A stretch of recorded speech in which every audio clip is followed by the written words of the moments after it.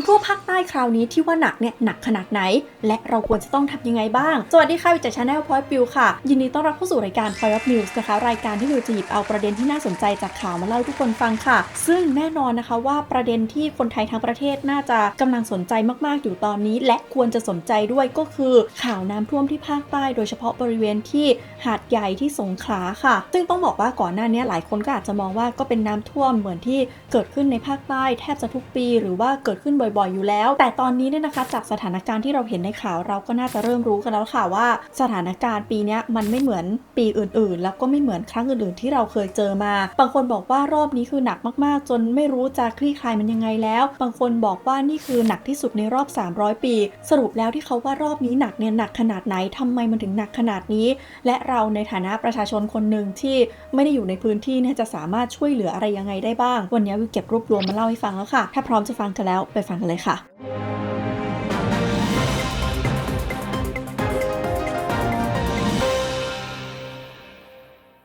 นับตั้งแต่วันที่19พฤศจิกายนที่ผ่านมาเนี่ยนะคะถ้าสมมติว่าใครติดตามข่าวสารบ้านเมืองโดยเฉพาะข่าวด้านพวกภัยพิบัติต่างๆข่าวพยากรณ์อากาศต่างๆเนี่ยเราอาจจะพอเริ่มได้ยินข่าวกันมาบ้างค่ะว่าตั้งแต่วันนั้นเนี่ยเกิดเหตุการณ์น้ำท่วมขึ้นที่บริเวณภาคใต้ของประเทศไทยนะคะแล้วเราก็จะได้ยินรายงานข่าวกันมาว่าไล่จากจังหวัดนั้นไปจังหวัดนี้ซึ่งหลายๆคนที่อยู่นอกพื้นที่เนี่ยก็ฟังข่าวแล้วก็รับรู้ถึงความลำบากของคนในพื้นที่ค่ะแต่ก็อาจจะรู้สึกว่าก็เป็นอีกครั้งที่น้ำท่วมในภาคใต้นะเพราะว่าภาคใต้ก็น้ำท่วมบ่อยอยู่แล้วโดยเฉพาะช่วงปลายปีแบบนี้นะคะในเดือนพฤศจิกายนเนี่ยส่วนมากก็จะเป็นฤดูมรสุมของภาคใต้เพราะว่าถ้าดูภาพรวมของทั้งประเทศเนี่ยเราก็จะรู้ว่าช่วงเวลานี้เป็นช่วงที่มรสุมตะวันออกเฉียงเหนือเนี่ยพัดพาเอาความเย็นจากทางด้านบนเนี่ยลงมาที่ประเทศไทยก็เหมือนกับที่หลายๆคนในภาคอื่นๆเนี่ยนะคะก็สัมผัสลมหนาวกันมาได้ตั้งแต่ช่วงสัปดาห์ที่แล้วก็จะรู้สึกว่าโอ้อากาศดีจังเลยเพราะว่ามรสุมเนี่ยค่อนข้างแรงพัดพาเอาอากาศหนาวเข้ามาเยอะค่ะแต่ถ้าสมมติว่าเราดูจากแผนที่นะคะเราจะเห็นเลยว่า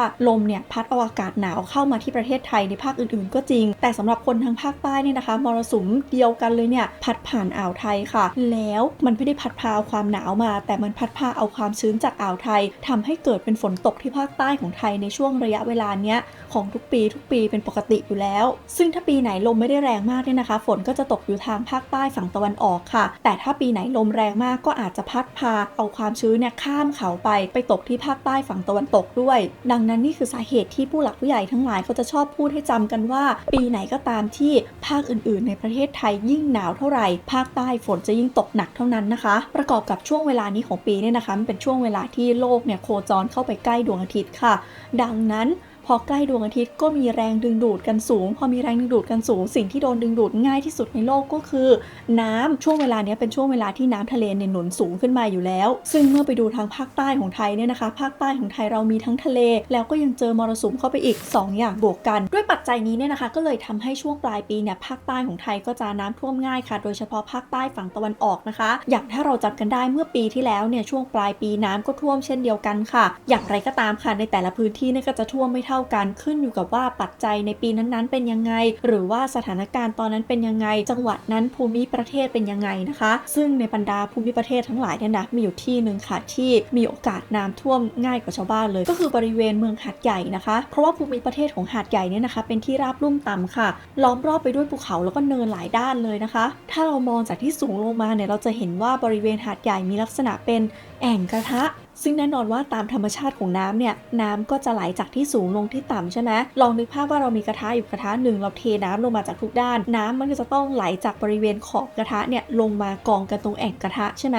แปลว่าหาดใหญ่เนี่ยนะคะก็เป็นพื้นที่รองรับน้ำตามธรรมชาติอยู่แล้วปกติแล้วเวลาที่ฝนตกแถวหาดใหญ่เนี่ยนะคะน้ำก็จะหลากจากอำเภอสะเดาทางตอนบนจากเขาคอหงจากหลายๆที่ไหลลงมารวมกันที่คลองอู่ตะเภาซึ่งถือว่าเป็นคลองสายหลักของหาดใหญ่เลยนอกจากนี้ตัวเมืองหาดใหญ่เนี่ยนะคะก็ยังรองรับน้ำจากคลองสาขาอีกหลายคลองค่ะอย่างคลองสะเดาคลองหลาปางคลองตรงคลองประตูนะคะทีนี้ให้เรานึกภาพว่าหาดใหญ่เป็นเหมือนกับห้องหนึ่งเป็นห้องน้ำก็ได้แล้ว มีทางระบายน้ำแค่ทางเดียวก็คือเจ้าคลองที่ว่าเนี่ยเวลาเทน้ำลงมาพร้อมๆกันเปิดก๊อกทุกก๊อกพร้อมกันหมดเลยต่อให้มันมีทางระบายน้ำแต่ปริมาณน้ำมันเยอะเกินกว่าที่คลองจะระบายได้ดังนั้นมันก็เป็นปกติค่ะที่หาดใหญ่จะมีโอกาสน้ำท่วมมากกว่าบริเวณอื่นอยู่แล้วก็เลยเป็นที่มาที่ทำให้หาดใหญ่เนี่ยนะคะเจอน้ำท่วมมาหลายต่อหลายครั้งละจนนำไปสู่การขุดคลองเพื่อระบายน้ำซึ่งก็มาจากพระราชดำริอย่างสายหนึ่งที่เราจะได้ยินบ่อยๆในข่าวช่วงนี้ก็คือคลองร.1นะคะหรือว่าคลองภูมินาถดำริก็จะเป็นคลองที่มาช่วยผันน้ำจากคลองอู่ตะเภาเนี่ยอ้อมตัวเมืองไปลงที่ทะเลสาบสงขลาค่ะทั้งหมดที่วิวพูดไปเนี่ยก็จะเป็นสถานการณ์ที่เกิดขึ้นหลายต่อหลายครั้งแล้วแหละในภาคใต้ของไทยเวลาที่ช่วงปลายปีเนี่ยก็จะมีโอกาสน้ำท่วมมีโอกาสอะไรขึ้นอยู่ว่าปีไหนมรสุมมาแรงฝนมากไหมอะไรไหมคำถามที่น่าสนใจนะคะก็คือแล้วปีนี้มันแตกต่างจากปีอื่นยังไงทำไมมันถึงเกิดเหตุการณ์ที่รุนแรงกว่าปีอื่นขนาดนี้ถึงขนาดที่เขาบอกว่าอาจจะแบบร้ายแรงที่สุดในรอบ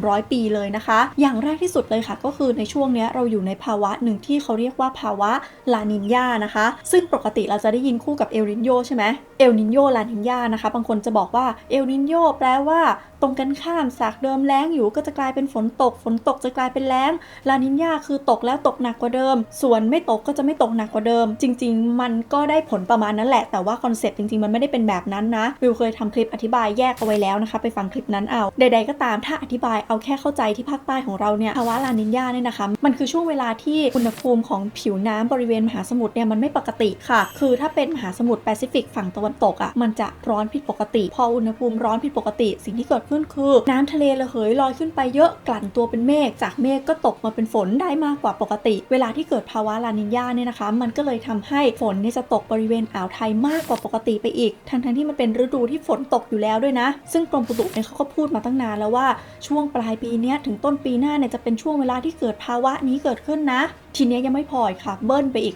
เบิ้ลไปจากที่1เลยคือเป็นฤดูที่ฝนจะตกอยู่แล้วเกิดภาวะลานิญญาอีกมันดันเกิดปรากฏการณ์ที่เขาเรียกว่าฝนตกแช่หรือในภาษาอังกฤษเรียกว่า stagnant rainfall ความหมายก็ตามชื่อเลยคือปกติแล้วเนี่ยฝนมันมากับเมฆใช่ไหมเวลาที่เราเห็นฝนตกเนี่ยปกติเราจะคุ้นว่าฝนตกตรงนี้ปุ๊บแล้วเดี๋ยวแป๊บนึงลมมันก็จะต้องพัดแรงพัดเบาว่ากันไปเมฆมันก็จะเคลื่อนฝนมันก็จะเคลื่อนไปตามเมฆนะคะทีเนี้ยเวลาที่เกิดปรากฏการณ์ฝนตกแช่มันคือลมมันไม่ได้แรงพอหรือบางทีคือไม่มีลมเลยมันทำให้เมฆเนี่ยไม่เคลื่อนหรือว่าอาจจะเคลื่อนช้ามากๆนะคะด้วยปัจจัยใดๆก็ตามมันเกิดปรากฏการณ์นี้ขึ้นที่แถวหาดใหญ่ค่ะมันก็เลยทำให้ฝนเนี่ยตกแช่อยู่อย่างนั้นตกอยู่ที่เดิมพอฝนตกอยู่ที่เดิมเรื่อยๆเนี่ยมันก็คือน้ำมันก็อยู่ตรงนั้นเต็มไปหมดเลยไงลองนึกสภาพว่าเดิมหาดใหญ่มันเป็นกระทะอยู่แล้วอะแต่ก่อนอาจจะเปิดน้ำอยู่แล้วเราเอากระทะผ่านน้ำฟึ่มแค่นั้นน้ำก็กองอยู่ในกระทะเยอะแล้วแต่อันเนี้ยมันคือการที่ตั้งกระทะเฉยๆแล้วก็เปิดน้ำใส่กระทะไปเลยน้ำมันก็ลงไป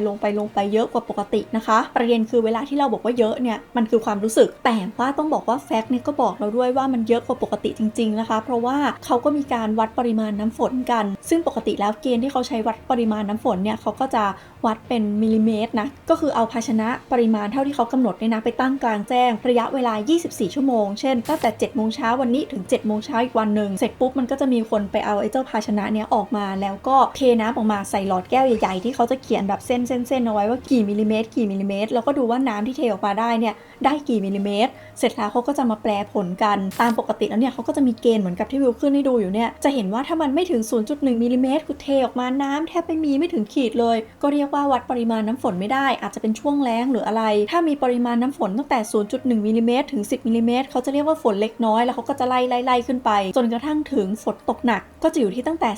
35.1 ถึง 90 มิลลิเมตรและฝนตกหนักมากจะอยู่ที่ 90.1 มิลลิเมตรขึ้นไปเอาว่าแค่ 90.1 มิลลิเมตรเนี่ยก็ถือว่าฝนตกหนักมากแบบมากๆแล้วรู้กันไหมคะว่าในวันที่ 24 พฤศจิกายนซึ่งเป็นหนึ่งในวันที่พีคเลยเนี่ยเป็นข้อมูลล่าสุดก่อนที่เราจะอัดคลิปนี้เนี่ยนะเขาวัดปริมาณน้ำฝนที่สงขลาได้เท่าไหร่เชื่อเถอะว่าถ้าไม่ได้ดูข่าวมานะเดากันไม่ถูกเพราะว่าต่อให้คูณ2แล้วก็ยังไม่พอนะคะปริมาณน้ำฝนรายวันของที่จังหวัดสงขลาในวันที่พีคเนี่ยอยู่ที่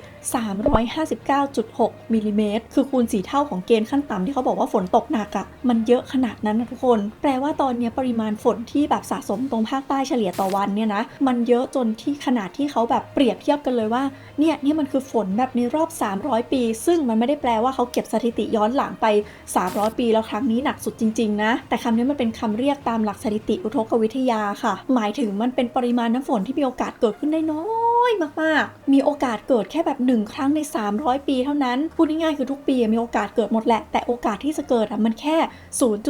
0.33% ดังนั้นอันนี้มันคือคำทางเทคนิคที่เขาใช้กันไม่ได้แปลว่าเขาเก็บสถิติย้อนหลังไป300ปีนะแต่ใดๆก็ตามไอ้คำว่าฝน300ปีเนี่ยมันก็ทำให้เราเห็นแล้วแหละว่าเฮ้ยมันหนักจริงๆรอบนี้แล้วมันแบบหนักแบบที่ไม่เคยเป็นมาก่อนมันคือเหมือนแบบว่าเปิดน้ำก๊อกเต็มสูบเลยเทลงมาที่ภาคใต้ของไทยนะคะถ้าวัดจากปริมาณน้ำฝนมันก็รู้แล้วแหละว่ารอบนี้รุนแรงกว่าที่หาดใหญ่เคยเจอทุกรอบที่แบบเคยเก็บสถิติมาเลยไม่ว่าจะเป็นใน 2553 หรือปีไหนที่เคยวัดกันมาเนี่ยรอบนี้คือหนักที่สุดค่ะแล้วนึกสภาพว่าฝนมันตกลงมาหนักขนาดนี้ต่อให้มีคลองรอหนึ่งต่อให้มีอะไรที่พยายามจะระบายน้ำมันก็ระบายไม่ทันหรอกค่ะเพราะว่าฝนมันเทลงมาอย่างนั้นเหมือนเราเปิดก๊อกทิ้งไว้อะแล้วเวลาฝนตกหนักต่อเนื่องเนี่ยนะในธรรมชาติเนี่ยนะคะปกติแล้วมันก็มีอะไรที่ช่วยซับน้ำฝนบ้างเช่นดินเวลาฝนตกลงมาเนี่ยอย่างแรกสิ่งที่มันจะเกิดคือน้ำมันก็จะไหลลงไปในดินก่อนไปเป็นน้ำใต้ดินไปเป็นอะไรใช่ไหมแต่ถ้าสมมติว่าฝนมันตกหนักเกินไปดินรับไม่ได้มันถึงจะเริ่มกลายเป็นแบบน้ำท่วมขึ้นมาด้านบนให้เราเห็นเป็นน้ำผิวดินทีเนี้ยพอฝนมันแช่อยู่นานๆสิ่งที่เกิดขึ้นก็คือมันก็ท่วมขึ้นมาขึ้นมาแล้วฝนมันไม่ได้ตกอยู่แต่ในที่ราบตรงแบบกลางแอ่งกระทะอย่างเดียวไงมันตกบริเวณภูเขาล้อมรอบด้วยดังนั้นดินบนภูเขามันซับน้ำไม่ไหวแล้วมันก็ไหลลงมาแล้วน้ำที่มันไหลลงมาเนี่ยมันก็จะไม่ใช่น้ำที่ขึ้นมาแบบน้ำนิ่งๆแต่มันคือน้ำป่าที่ไหลจากเขาเนี่ยฟุ้งลงมาที่ราบโดยเฉพาะอย่างยิ่งนะคะบริเวณที่ฝนตกแช่เป็นพิเศษเลยคือบริเวณเขาคอหงซึ่งมันไม่ใช่จุดที่ปกติฝนตกหนักแล้วน้ำมันจะระบายลงคลองรอหนึ่งที่อุตสาหทำเตรียมไว้ได้อะแต่จุดนั้นมันเป็นจุดที่ถ้าฝนตกหนักปุ๊บน้ำมันก็จะไหลลงแอ่งกระทะโดยตรงเลยนะคะนี่ยังไม่นับความเสี่ยงอีกว่าไอ้ที่น้ำไหลลงมาจากเขาเนี่ยอาจจะเจอดินสไลด์อาจจะเจออะไรมาอีกได้ด้วยนะเล่าไปแบบนี้เนี่ยนะคะหลายคนก็น่าจะพอเริ่มเก็ตแล้วแหละว่าน้ำท่วมรอบนี้มันหนักจริงๆแล้วมันหนักกว่าครั้งก่อนๆเยอะเลยแต่หลายคนก็อาจจะยังงงๆอยู่ว่าก็ในเมื่อเราก็เจอน้ำท่วมมาหลายครั้งแล้วครั้งนี้แตกต่างจากครั้งอื่นยังไงทำไมถึงไม่มีการอพยพทำไมคนถึงยังอยู่ในบ้านทำไมติดกันเยอะขนาดนี้นะคะเพื่อให้เห็นภาพชัดเจนในวิวจะขอเทียบกับเหตุการณ์น้ำท่วมอีก2ครั้งด้วยกันครั้งแรกก็คือเหตุการณ์น้ำท่วมเมื่อปี54ที่น้ำท่วมกรุงเทพนะหลายๆคนน่าจะมีประสบการณ์กับสิ่งนี้น่าจะเทียบเคียงกันได้เห็นภาพว่ามันแตกต่างกันยังไง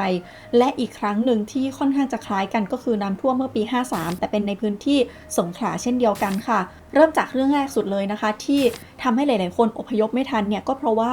เราคุ้นกับน้ำท่วมปี54กันว่านี่นะมีข่าวออกมาแล้วให้เตรียมตัวคนเริ่มตุนของกันคนเริ่มหอบ้านกันอะไรกันเริ่มมีการกั้นน้ำกันใช่ไหมแล้วก็ถ้าใครรู้สึกว่าบริเวณบ้านตัวเองไม่ไหวเนี่ยน้ำมันเริ่มขึ้นมาแล้วก็รีบอพยพหนีไปอยู่ต่างจังหวัดไปอยู่อะไรกันทำไมล่ะทำไมคนหาดใหญ่ทำไมคนสงขลาคนภาคใต้รอบนี้ถึงไม่หนีแบบนั้นลักษณะการเกิดน้ำท่วมมันแตกต่างกันโดยสิ้นเชิงค่ะคือสมัยปี54น้ำท่วมครั้งนั้นมันเกิดจากน้ำที่ขังมาจากทางภาคเหนือแล้วก็มันล้นเขื่อนแล้วมันก็ค่อยๆมาจนกระทั่งท่วมแถวบริเวณภาคกลางรวมถึงกรุงเทพมหานครนะคะถ้าใครจำภาพเมื่อปี54กันได้จะจำได้ว่าเรามีระยะเวลานานพอสมควรเลยนะที่เรารู้ข่าวมาก่อนแล้วว่าทางภาคเหนือเกิดน้ำท่วมแล้วมวลน้ำเนี่ยมันค่อยๆมาทีละจังหวัดแปลว่าคนที่อยู่ทางปลายน้ำหรือว่าคนที่อยู่ทางกรุงเทพมหานครก็จะรู้ข่าวล่วงหน้าค่ะว่าน้ำมันกำลังจะมาพอได้ข่าวก็มีเวลาให้อพยพในขณะที่น้ำท่วมปี53ที่สงขลากับน้ำท่วมรอบนี้ที่สงขลามันไม่เหมือนแบบนั้นค่ะเพราะว่าทั้ง2รอบนี้มันเป็นน้ำที่แบบท่วมมาแบบฉับพลันก็คือจากวันแรกแทบไม่มีอะไรเลยรู้ว่าฝนตกก็ฝนตกเหมือนปกติประเทศไทยเราเป็นประเทศที่มีฝนตกอยู่แล้วอยู่ดีๆภายใน1หรือ2วันเนี่ยน้ำท่วมเลยโดยเฉพาะอย่างยิ่งรอบนี้เขาใช้คำว่าน้ำท่วมฉับพลันรุนแรงคือรุนแรงมากกว่าเมื่อปี53อีกด้วยปริมาณน้ำฝนที่มันแตกต่างกันเยอะนะคะอย่างน้ำท่วม54ของทางภาคกลางเนี่ยปริมาณฝนสูงสุดต่อวันอยู่แค่ประมาณ100 ถึง 105มิลลิเมตรเท่านั้นนะคะในขณะที่สงขลาเมื่อปี53ที่ว่าท่วมหนักแล้วเนี่ยปริมาณฝนต่อวันอยู่ที่301.33 มิลลิเมตรในขณะที่รอบนี้ก็อย่างที่เราคุยกันไปว่าพีคคือขึ้นไปแบบ300-500เลยนะคือยูไม่รู้แล้วว่าณวินาทีนี้ที่คลิปนี้ออกไปปริมาณน้ำฝนสูงสุดต่อวันมันจะอยู่ที่เท่าไหร่เพราะว่าในระหว่างที่อัดคลิปนี้มันก็พีคขึ้นไปเรื่อยๆแถมอันนี้เราพูดถึงแค่ในวันเดียวนะคะเรายังไม่ได้พูดถึงน้ำฝนที่สะสมมาหลายๆวันด้วยนะและด้วยสภาพพื้นที่และสภาพน้ำที่มันต่างกันนะคะวิธีการช่วยเหลือวิธีการอพยพวิธีอะไรมันเลยไม่เหมือนกันเลยคือของกรุงเทพตอนนั้นถ้าใครจำภาพกันได้น้ำมันค่อนข้างนิ่งแล้วมันขังนานจนถึงขั้นที่เราต้องไปทำพวก EM ball ไปทำอะไรกันซึ่งได้ผลไหมไม่รู้นะแล้วก็โยนลงไปเพื่อไม่ให้น้ำมัน เน่าเพราะว่าน้ำมันนิ่งๆไงคือโอเคน้ำมันนิ่งมันมันสกปรกมันเน่าแต่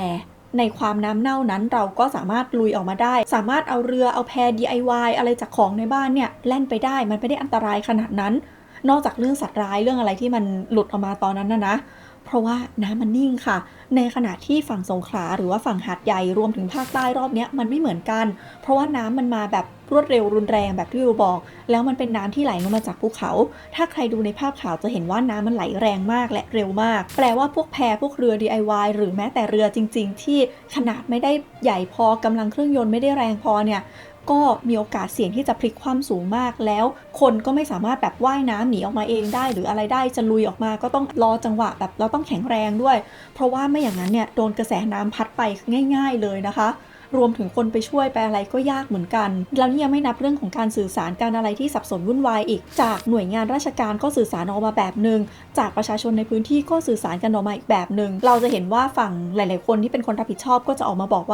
กให้อพยพแล้วทำไมไม่อพยพในขณะที่เสียงจากชาวบ้านหลายๆคนเนี่ยนะคะคือวิวเห็นข้อมูลนี้จากหลายต่อหลายคนที่อยู่ในพื้นที่รวมถึงคนที่เป็นคนรู้จักวิวจริงๆด้วยที่เขาอยู่ในพื้นที่จริงๆแล้วเขาก็แชร์ออกมาแบบค่อนข้างละเอียดนะคะคือคนนอกพื้นที่อาจจะรู้สึกว่าทำไมเขาไม่อพยพไม่อะไรแต่ว่าถ้าในมุมคนในพื้นที่เนี่ยเขาก็จะบอกว่าที่สงขลาที่หาดใหญ่เนี่ยน้ำมันท่วมบ่อยอยู่แล้วดังนั้นเขามีระบบเตือนภัยกันอยู่แล้วว่าเขาใช้ระบบธงกันธงเขียวธงเหลืองธงแดงในการเตือนว่าคุณต้องอพยพทีนี้ด้วยการสื่อสารจากเทศบาลที่เป็นคนจัดระบบเรื่องธงเนี่ยอาจจะเป็นเทศบาลชุดใหม่ที่เพิ่งเข้ามาอาจจะไม่ได้เชี่ยวชาญในพื้นที่อันนี้เราไม่รู้แต่ใดๆก็ตามการสื่อสารเรื่องธงเนี่ยมันไม่ได้ทันท่วงทีคือเขาก็แชร์กันออกมาประมาณว่า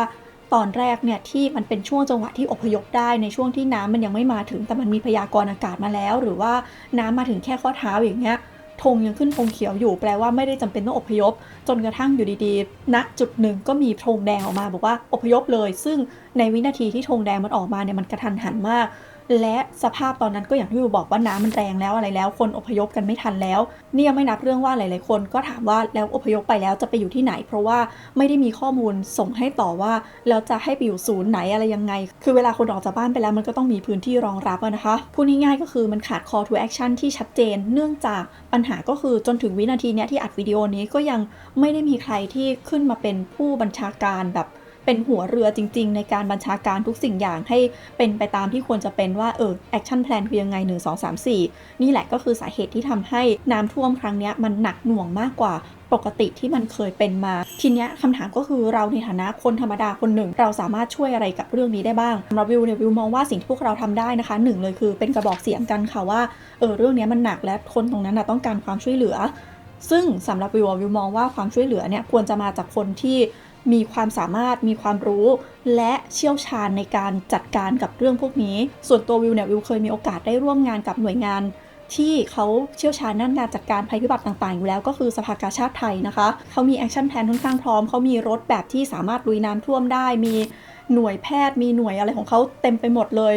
คือเขาแยกค่อนข้างละเอียดแล้วเหมือนเขามีแผนอยู่แล้วว่าถ้าเกิดเหตุการณ์ขึ้นเนี่ยเขาจะทำ1 2 3 4 5 6 7 8อาหารแบบไหนต้องเข้าไปก่อนอาหารแห้งต้องเข้าไปแบบไหนดังนั้นถ้าเป็นตัววิวเนี่ยนะคะวิวก็สนับสนุนว่าให้เราเนี่ยเข้าไปสนับสนุนหน่วยงานที่เขาเชี่ยวชาญด้านนี้แล้วเขามีแอคชั่นแพลนค่อนข้างจริงจังเชี่ยวชาญด้านนี้เพื่อที่ว่าเขาจะได้ทำงานกันได้อย่างเต็มที่ค่ะสุดท้ายนี้เนี่ยนะคะวิวก็ขอเป็นกำลังใจให้กับทุกคนที่กำลังประสบเหตุอยู่เป็นกำลังใจให้กับเจ้าหน้าที่ทุกคนที่กำลังทำงานอย่างแข่งขันมากๆขอแสดงความเสียใจกับความสูญเสียที่เกิดขึ้นไปแล้วนะคะแล้วก็หวังว่ามันจะไม่มีความสูญเสียเกิดขึ้นมากไปกว่านี้ค่ะก็หวังว่าเรื่องนี้จะผ่านไปโดยเร็วนะคะวันนี้ลาไปก่อนแล้วกันค่ะทุกคนสวัสดีค่ะที่ขึ้นอยู่บนจอตอนนี้แล้วก็ขึ้นมาตลอดคลิปเนี่ยนะคะก็จะเป็น QR code ที่เป็นบัญชีของสภากาชาดไทยนะคะถ้าสมมติว่าใครอยากสนับสนุนหน่วยงานที่เชื่อถือได้หน่วยงานที่